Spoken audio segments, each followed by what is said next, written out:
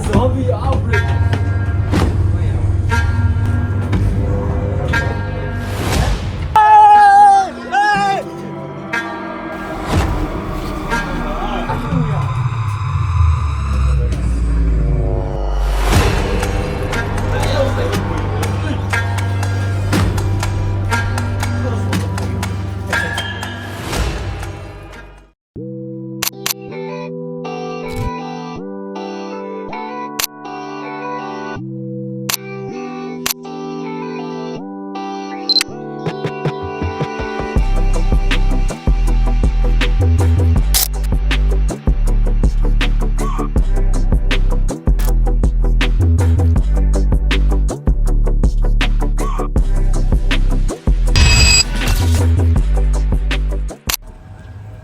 Okay အားလုံးပဲမင်္ဂလာပါကျွန်တော်ဒီကနေ့ကတော့ပြည်နယ်ဟေးကိုအရင်ဆုံးသွားမှာပဲဖြစ်ပါတယ်အခုလက်ရှိကတော့မနက်စာကိုမနေ့ရောပိတ်သွားတဲ့မြန်မာဆိုင်အောင်ပဲအရင်ဆုံးတော်ပြီးတော့စားပါမယ်အားလုံးပဲ like ခဲ့ကြပါအောင် Okay ဆိုတော့ဒီနေ့ဆိုင်အောင်လည်းပြန်လာဆိုင်ရပိတ်ထားတယ်ဆိုတော့နောက်ထပ်တစ်ဆိုင်မှာသွားပြီးတော့ try ကြည့်ပါမယ်တကယ်တမ်းတော့မနေ့တုန်းကဒီဆိုင်ကိုလာတာမစောင့်နိုင်တော့လို့တော့ပြန်သွားတာဒါပေမဲ့ကျွန်တော်ပြန်လဲချော့ရောကားပေါ်လည်းရောက်ပြီဒီကနေပြီးတော့ထွက်သွားတဲ့အချိန်မှာဆိုင်ရပြန်ဖွင့်သွားတယ်အဲအကြောင်းကိုလှုပ်ရတာ။ Okay ဆိုင်ရအခုပြန်ဖွင့်ပါပြီ။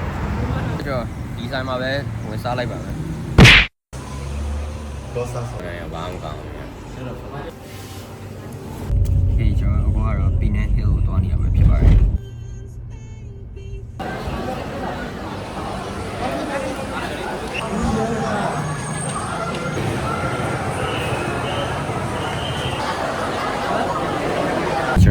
ပီနန်ဟီကိုတော့ပီနန်ဟီမှာလူတွေအများကြီးပဲစောင့်ရင်တော့2နာရီလောက်ကြာမယ်ဆိုလို့ကျွန်တော်မစောင့်တော့ဘူးအခုကတခြားတနေရာကိုတော့မှာဘတ်ဖတ်ဆိုလားမသိဘူးပီနန်ဟီကိုကျတော့မနက်ဖြန်မနက်အစောကြီးမှပြန်လာဖို့ရှိရဲဆိုတော့ပီနန်ဟီကိုမနက်ဖြန်ကြာမှာပဲလိုက်ခဲ့ကြပါဦး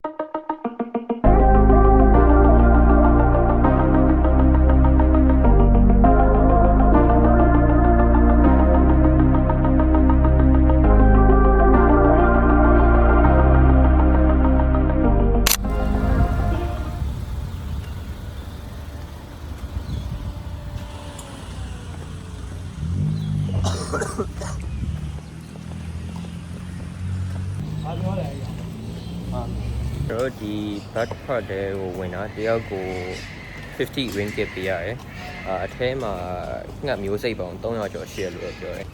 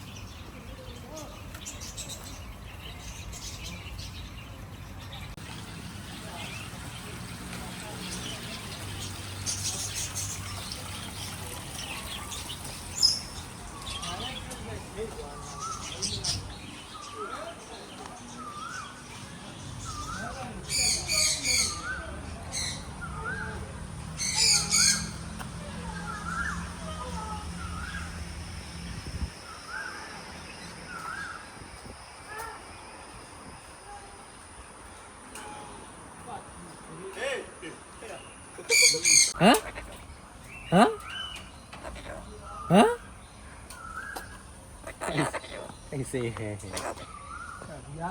Hello. Hello. Hello. Hello.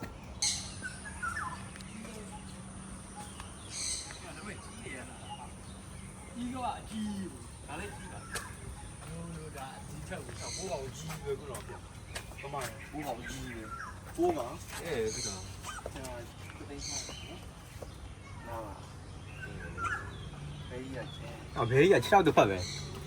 Bé giờ chiếc tôi phật này.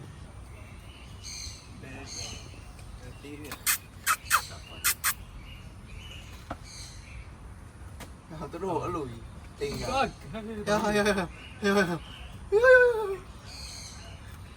He wanna be free bro.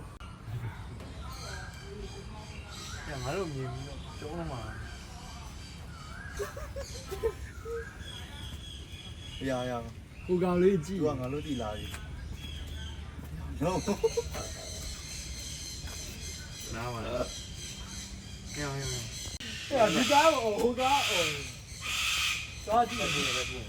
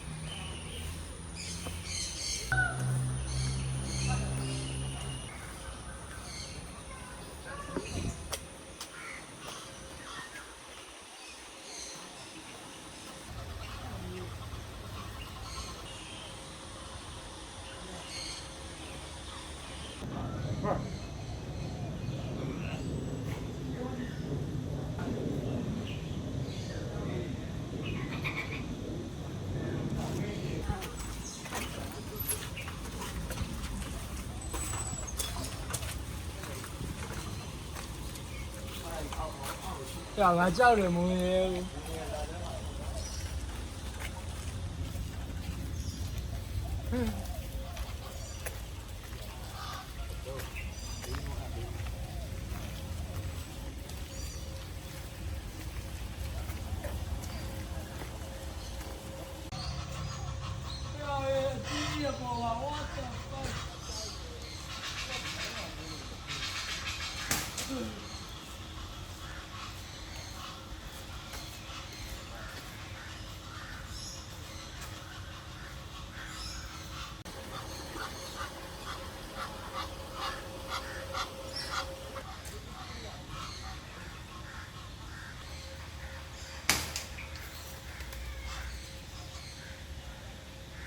我说。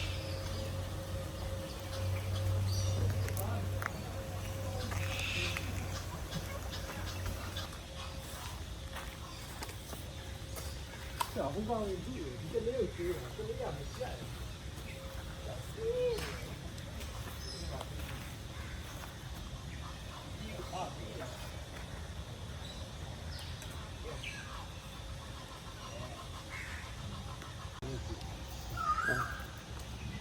这没拿过啊？啊杜鹃sorry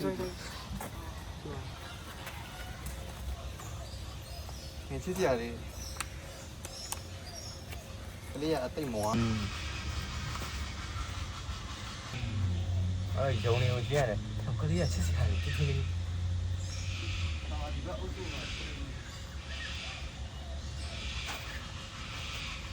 ါကလေးကိုကြိုင်နေတယ်စားတော့ကောင်းလား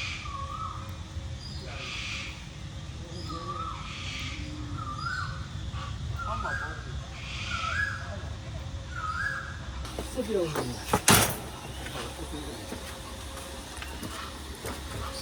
ဒီကောင်ရဘာလဲ scan ပေးလိုက် အေးရော ဖယ်လီကာဟုတ်အဲ့ဒီ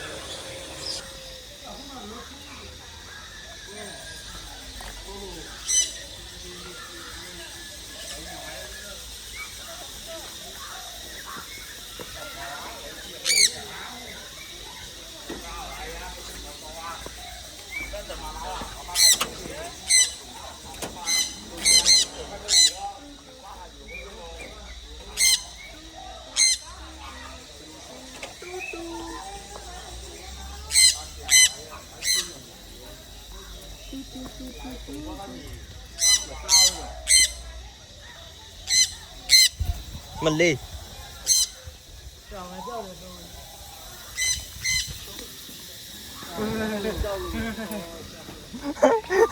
来拉没？来拉没？我冲没？冲没？还想盖的这个，还想喂，给盖的可以。哪里打想喂？多一次，多一次，咩？我盖嘢先。用。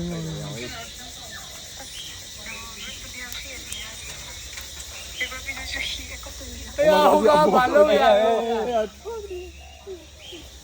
呀，里面怎么不怎么？要没有人，没嘞，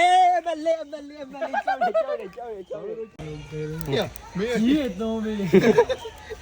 要鸡哦，俺都几多没？俺卤。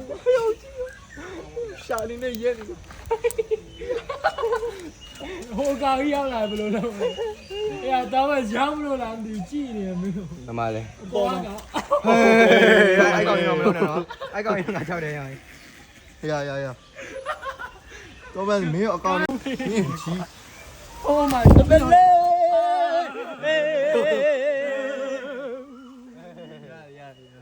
七把下巴。啊，这个一年了啊。这你的。下那也。你爸妈看哪样了？假的。说这个嘞。我打没。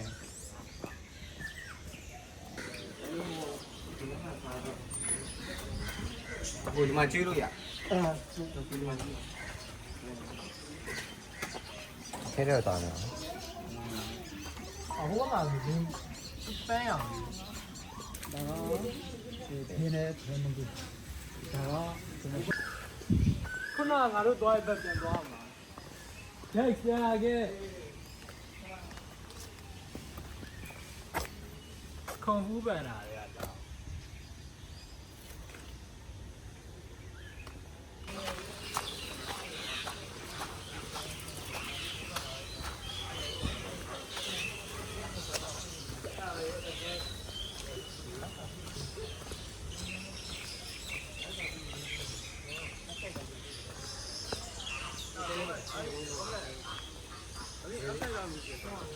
我说呀，我为了呀。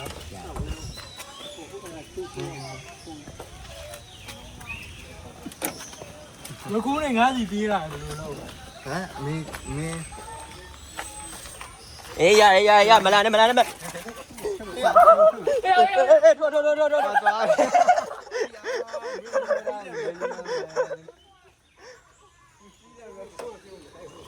马屁股，大鱼这哈啦，这哈对的。有飞的不？这让我干一下子。没来。呀，这看我们不会来的，这个爱搞你啊，比不见的呀。你给你这个飞车。我一个。来一个。有那边吗？打嘛。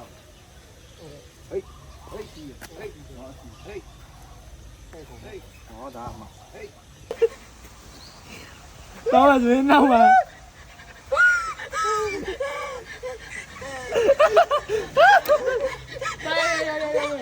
高个。哪里？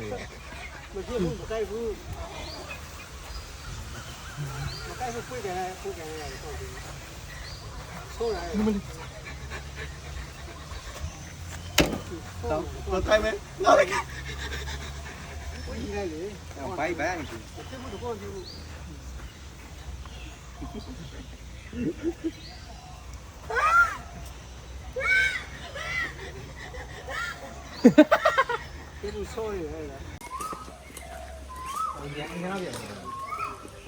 哇，多少文哩 ？Upside down。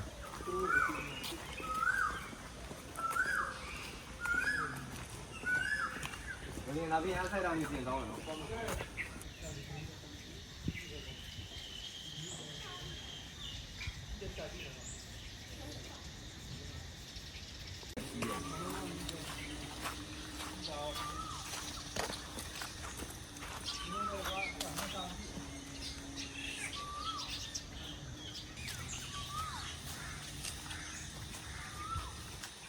高了。Ma, you good? ကြောက်ခဲနဲ့ပြည့်ကြည့်ပါ ကိုမ နောက်တော့ကောင်ပါမ ဟောအဲ့ဒီလေ ဟုတ်ရမ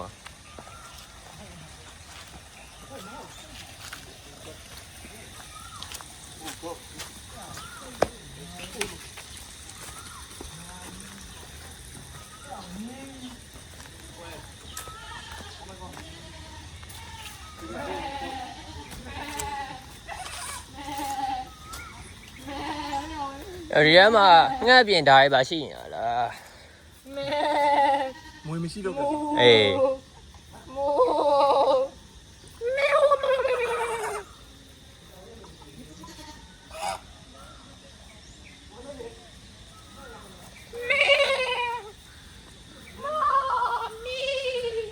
ဟာလုံးဝနော်နောက်တူရဲ့ဟိုစိတ်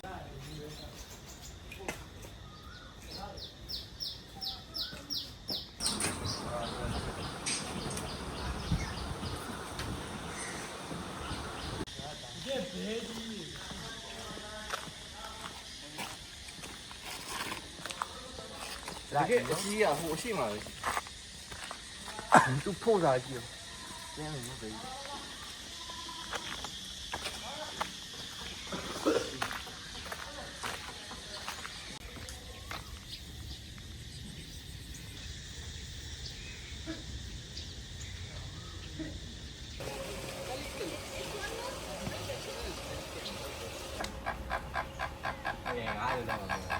နေနေကို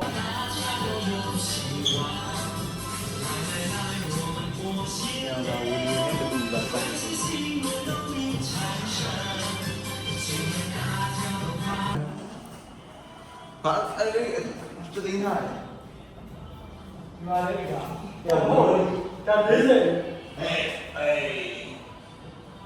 40ကဒီမှာလေးကနှုတ်နေဒီကမြောက်ကြီး ဘိုးချက်တင်းထားတယ် ကြည့်ပါ ဘေးရ ဟုတ်ကဲ့ဒီကောင်ကကန်ဖလတ်ကကောင်းတယ်တေးချောင်မြင်ရအောင်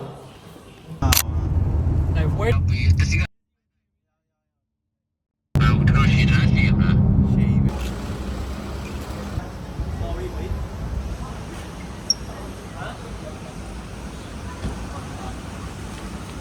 ကတော့ဂျော့ရှောင်းပြန်ရောက်နေတာနေကင်းစာစားဖို့တော့ဖြစ်ပါတယ် How is this easy? The sea is not the way. Come here. Let's go, B. Woman. Okay ကျွန်တော်ခဏတော့စားခဲ့တဲ့ဆိုင်ကမစိုးတော်တော်လေးကောင်းတယ်လို့ပြောလို့ရတယ်ဈေးကလည်းကျွန်တော်အဲ့တပွဲကိုရှင်းလိုက်တာ23 ringgit လားမသိအဲ့လောက်ပဲကျတယ်ဆိုတော့အဲ့ဆိုင်တော့ recommend ပေးပါတယ်လုံးဝမစိုးတော်တော်ကြီးကိုကောင်းတယ်ဗျာတော်တော်ဈေးလဲတန်တယ်ရတဲ့ portion နဲ့လည်းတကယ်တန်တယ်လို့ပြောရရတယ်။ Okay ကျွန်တော်အခုသွားနေရတော့ Ghost Museum ပဲဖြစ်ပါတယ်။တရားတွေသွားကြည့်မှာပဲဖြစ်ပါတယ်။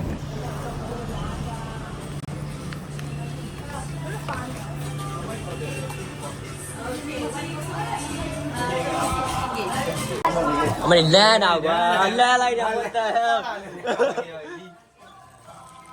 ငါလိုက်တာကဘယ်လိုကြီးလဲဟိုပါပဲယူတော့မှာ 哎呀，阿妈， ဒီလိုတိုင်းဘယ်ထဲထည့်တာတော့တယ်ဘယ်ထဲထည့်တာ 对ဘယ်ကောင်ကြီး 哎呀，ဒီအမေကြီးကတကယ်ကြောက်ကောင်းတယ် what the fuck 哎呀လှုပ်နေသွားပြီလှုပ်ရင်ငါတကယ်အော်မှာ အမလေးအမလေး ဘာလို့လဲ အမေရှိမှာမေးရှိပေါ့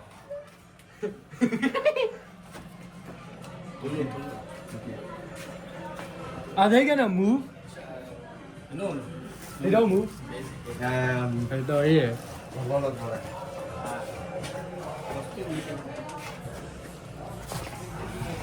move ရင်တော့ငါသိတယ် အာဆောဆော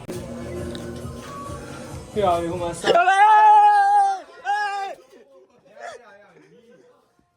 What the fuck is that ယောစချေ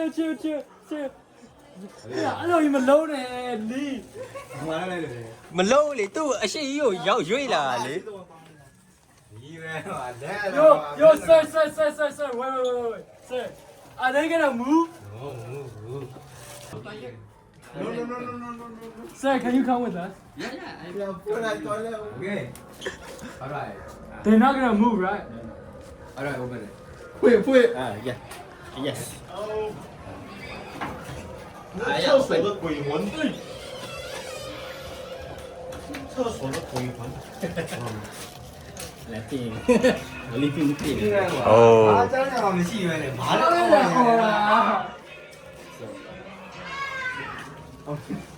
Yo, can you come with us?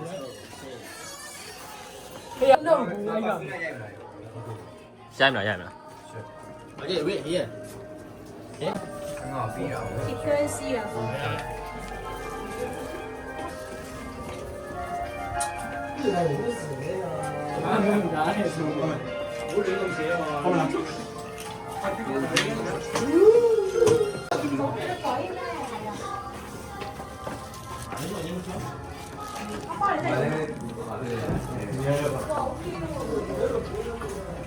Hey, ngài nói bé đâu à này?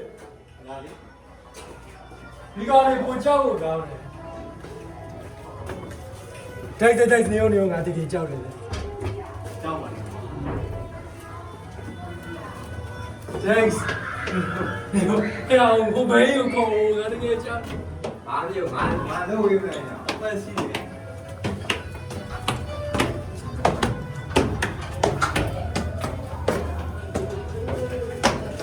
Hey, má sao? Ngồi lên đấy. Hey, go upstairs first, take photos on, and then you come back here, use this way, okay? alright wait, can someone follow us?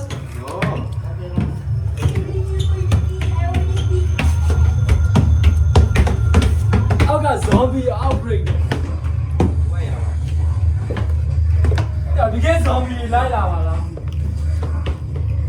Thế ra吃饭嘞。 Ngài thì cái tôi đuôi mà nè.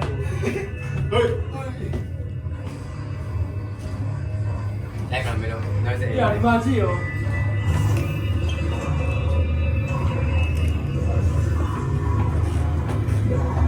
Why the extra scary bro? 吹嘛啦。 Cause the good one on it, ngài lên nè. Mình cứ là online là ngài thì cái lẹ không phải. Sao ngài không làm gì? Hả? Ai thì nào cũng được à?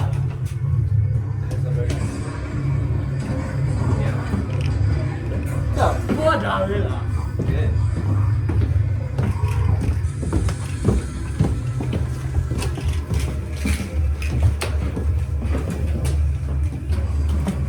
Đi nhiều mà tôi mua nữa rồi.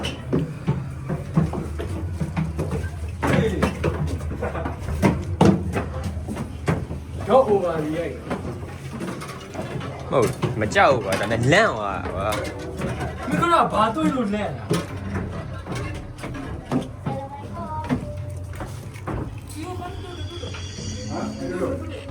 ရိုက်လေ Sini, ada you first sini.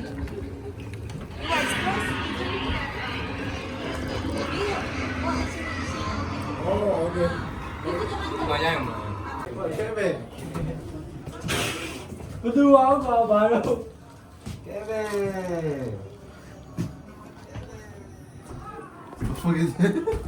What the hell? Yeah. Holy shit. This is scary. Mà có cái danh này à? Nào, William. Hả?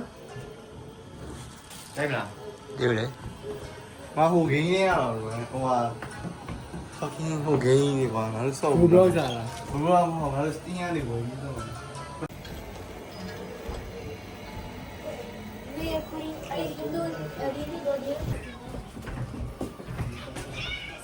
Ya đá rồi sao? Đó phải.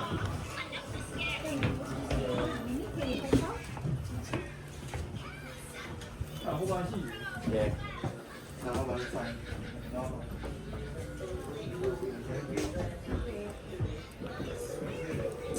thank you Ở đây là không được chơi được. Ở đây là gì? သွားလေဟာဒီတော့ဆက်ပတ်တယ်တယ်နော်တယ်ဟာဘယ်ကိုဆောက်သွားလဲ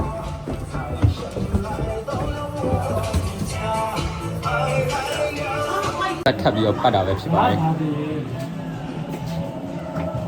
ဟောဒီမှာကြည့်ရောထားရပူချောင်းတာရဒီကဓာတ်တွေကျန်တယ် မဟုတ်ဟိုဘဲရဒီယာကြီးကိုအယုတ်ကြီးကိုအရှိဝေါကနေပို့လာ ဟဲ့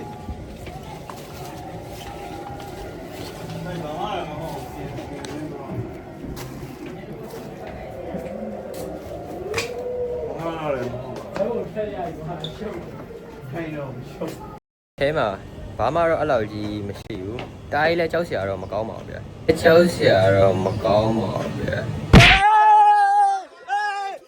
အခု Airbnb ကိုအရင်ပြန်မယ်အဲ့ခဏနားပြီးသွားရင်တော့ကျွန်တော်ညနေ beach ကိုသွားဖို့ရှိပါတယ်အဲ့တော့မှလိုက်ခဲ့ကြပြန်လို့ အမလေးဆိုဒီကလဲတော့ငါလည်းပြေးပလိုက်တယ် โอเคကျွန်တော်အခုကတော့ Oceano ဆိုတဲ့ beach ကိုသွားမှာပေါ့နော်ပြင်မှာရှာတီဦးတို့ကတော့တိတ်မကောင်းဘူးဘယ်လိုဆက်ဖြစ်မလဲဆိုတာရှောင်းမှာပဲသိမယ်မိုးတွေကတော့တောက်လျှောက်အုံနေရဒီကျွန်တော် beach ကိုတော့ရောက်ပြီးအထဲမှာဘယ်လိုရှိမလဲဆိုတာတော့သွားတော့ကြည့်လိုက်မယ်မိုးကတော့အခုတိတ်တော့ It's big guy ဝဲ Hey it's big guy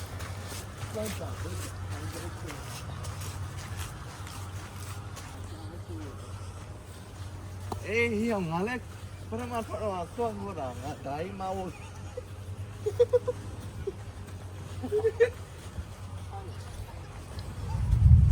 အားပြပါ You like that?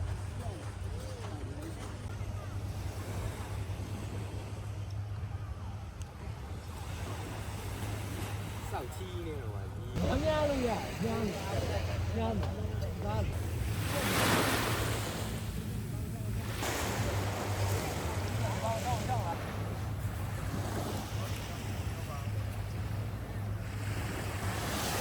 beach မှာတော့တော်ရုံဘာမှတော့မရှိဘူးဒီဟိုအနောက်မှာလားမသိဘူးဝဝချူတော့ဘာဆိုလဲမသိအဲ့ဒါတော့ရှိတယ်အဲ့ဒါခဏနေကြရင်တော့တွားကြည့်မယ်အခုကတော့အရှိမကြောက်ဆောင်နေရှိတယ်ကြောက်ဆောင်နေတော့အရင်တွားကြည့်ပါမယ်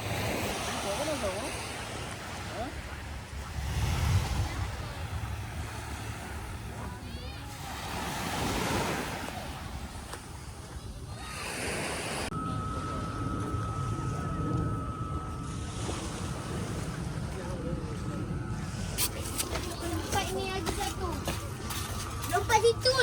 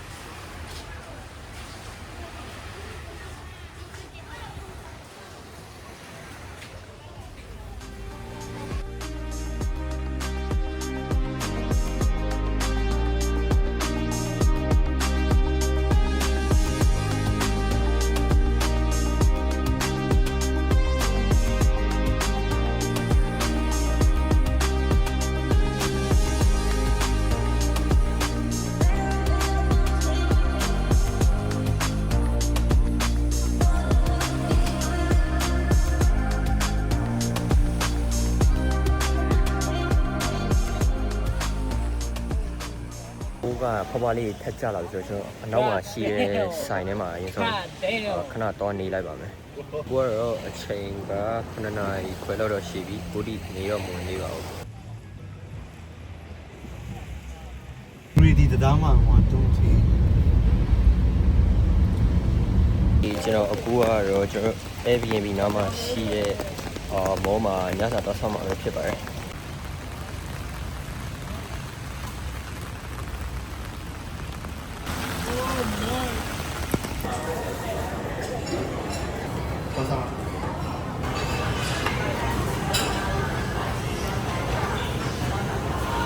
ဆွဲလိုက်ပါဦးမယ် ဒီတောင်းကနာဒါကနာ ကျွန်တော်ကထိုးတက်ပဲနဲ့ထိုးနေတာကျွန်တော်တကယ်ထိုးတက်တဲ့အဲ့ဘောဖူလောင်းနေအဲ့ဒါပဲထိုးတက်တာဒါပေမဲ့ခုံကမရှိရဲ့အတွက်ကိုခုံကမရှိရဲ့အတွက်ကိုကျွန်တော်ရှိရပဲထိုးနေတာရှောက်ထိုးနေတာပဲဖြစ်ပါတယ်ဒီကျွန်တော်အခုညလေးတော့မိုးချုံနေပြီဆိုတော့ပြန်ပါရမယ်မနက်ဖြန်မှာပဲဆက်သွားမလဲဆိုတော့ဆက်လက်လိုက်ပါကြည့်ရှုပေးကြပါဦးအားလုံးပဲမနက်ဖြန်မှာပြန်တွေ့ရမယ်အခုလိုအဆုံးထိရှုပေးကြတဲ့အတွက်တယောက်ချင်းစီကအထူးပဲကျေးဇူးတင်ရှိပါတယ်နောက် vlog မှာပြန်ဆောင်ပါမယ်